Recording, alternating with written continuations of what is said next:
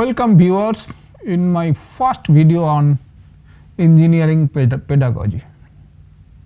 In my lectures, you have seen that domains of learning primarily divided into three categories, namely cognitive domain, second one is affective domain, and third one is psychomotor domain. Cognitive domain, it involves outcomes involving intellectual activities. Affective domain, it involves exhibiting behavior of attitudes, feeling, interests, appreciation, values and concerns for the others, that is feeling. And the psychomotor domain, it involves neuromuscular coordination, performing physical skills, that means doing something. In these lectures, we will be discussing on this cognitive domain with some engineering examples, how we go to the higher orders of cognitive domains. Actually, cognitive domain was divided into 6 categories primarily. Later on, it was modified by some students of Bloom. Actually, Bloom first divided cognitive domain into 6 categories. Namely, these 6 categories, you know that this one is first is lower domain of cognitive, that is knowledge, comprehension, application, analysis, synthesis and evaluation. And this is basically primarily it was Bloom's taxonomy. Then it was modified by one of his students, remembering, understanding, applying, analyzing, evaluating and creating. Now let me give you some examples on Bloom's taxonomy in engineering. Suppose I want to teach stress strain properties, stress of a material. As we all know that if I take mild steel, say for in my case, say for it is mild steel. As you all know that stress strain characteristics of mild steel is something like that. Every material has its own stress strain characteristics. Every material has its own stress strain characteristics. This is independent axis. This independent axis is basically called J epsilon, which represents strain, and this axis is stress, which represent stress,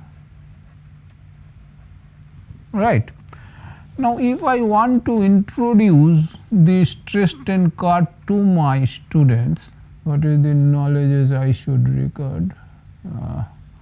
Knowledge category of cognitive domain, knowledge category of cognitive domain, knowledge category. So with reference to let me go to my other screen, this one. If I want to see the knowledge category, which is most fundamental, it is basically with reference to this one, knowledge. As I already mentioned, this is basically stress, strain. What is stress? What is strain? This is basically force required for per unit area. This is elongation per unit of length, stress. This one is called sigma ultimate stress. This one is called say to some extent this one is called yield point,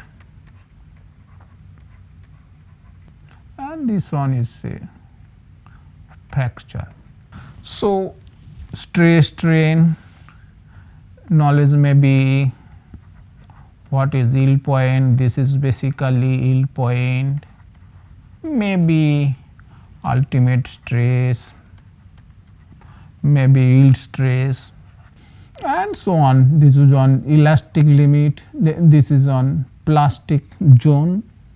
Actually when I design something say for a machine parts or gears, I will confine to this zone, but when I design a say plate or some flat materials where I required some permanent deformation, I will confine to these zones. Okay. Now let me go to the higher order cognitive domain of learning. What is that? This one is comprehension. So if I go to this higher order cognitive domain of learning, I go to the comprehension. What should be that? If I ask explain some yield criteria, say for example if I ask strain hardening, if I ask reason behind grain structure in elastic domain and plastic region and so on. It's basically actually this is a basically explaining capacity of the students. Now if I go to the next level of learning, application, comprehension and application.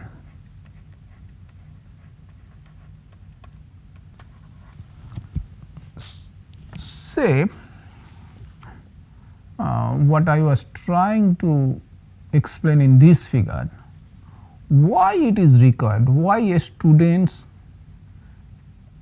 need to know the stress strain characteristics of a particular material before designing any product, whether it is for manufacturing or whether it is for assembly. Any product, first he or she should know these things. As I was talking of, say I want to design a gear, say, and I want to say design a flat metal plate, say.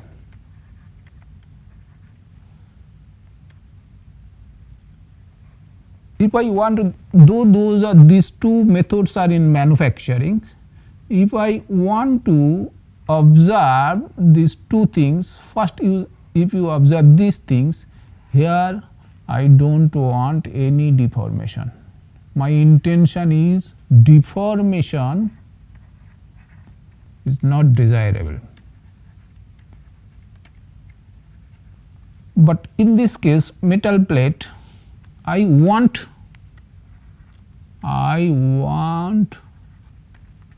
deformation of the materials.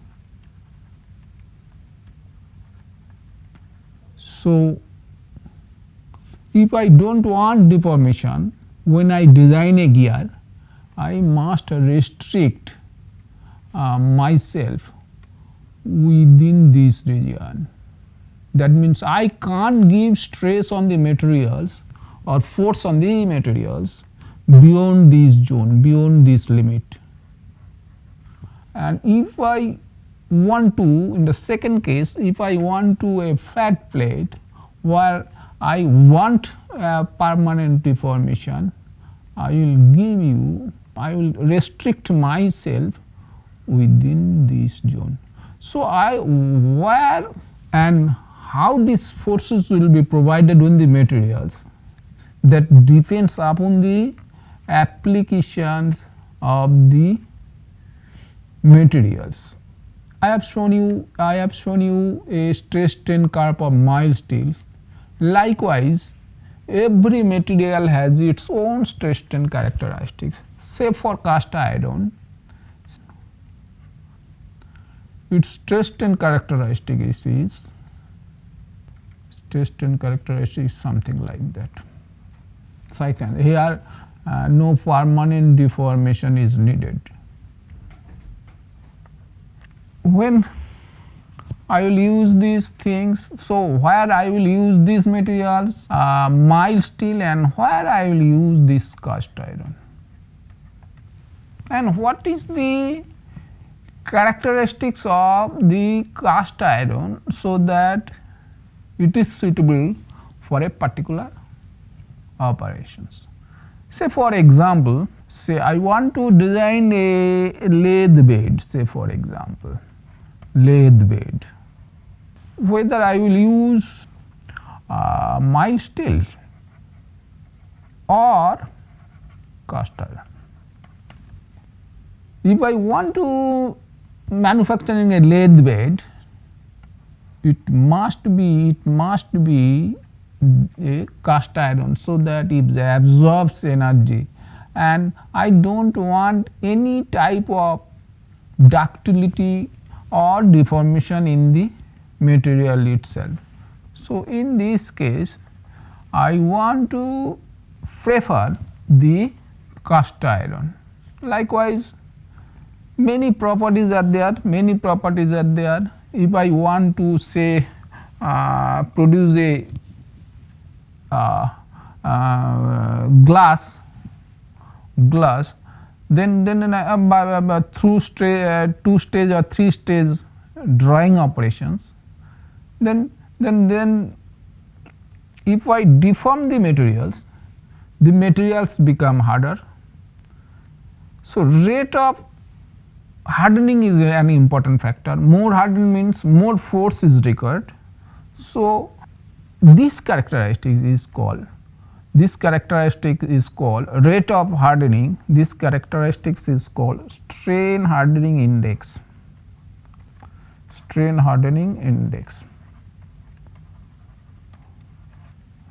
For a particular applications where I want deformation in different stages, so strain hardening index of a particular material should be as less as possible, so that it becomes less hardened. Okay. So, in these lectures I have tried to give an example or case studies on first 3 domains of learning, of course in cognitive domain, that is knowledge, comprehension and applications. And in the next lectures I will try to continue this example and to provide last 3 domains of learning. I hope that you have enjoyed these courses. I welcome to view my second lecture on these topics. Thank you very much.